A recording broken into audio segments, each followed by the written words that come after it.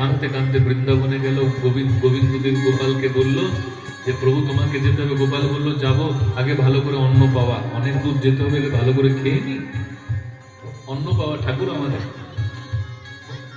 খুব ভোগ লাগালো, সুন্দর করে 56 ভোগ। এবং ভগবানকে বলল প্রভু আপনি আমার সাথে সাথেই যাবেন। ভগবান বলল হ্যাঁ সাথে সাথে যাব, কিন্তু তোর পিছনে যাব, সামনে না। তুই আমাকে দেখতে পাবি না, কেবল আমার নুপুর ধ্বনি শুনতে পারবি, এগোবি, তোর পিছনে আমি এগোবো। আর যদি আমার দিকে তুই তাকাস তাহলে আমি সেখানেই চিরকালের মতো স্থায়ী হয়ে যাব, পার্মানেন্ট বাসিন্দা হয়ে যাব। বিপ্র বলল ঠিক আছে। চলতে লাগলো, ভগবানের মুরলীর ধ্বনি, নুপুর ধ্বনি শুনছিল। উৎকলে প্রবেশ করে কটকের কাছে এসে শুনতে পেল না, পিছনে তাকালো, ভগবান সেখানে সাক্ষাৎ প্রকট হয়ে গেল। বলো সাক্ষী গোপাল ভগবান কি।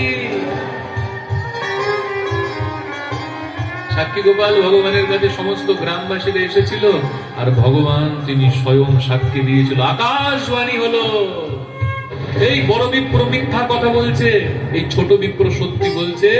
বড় বিপ্র আমার সম্মুখে প্রতিজ্ঞা করেছিল ধামে গিয়ে যে তার কন্যা সম্প্রদান করবে।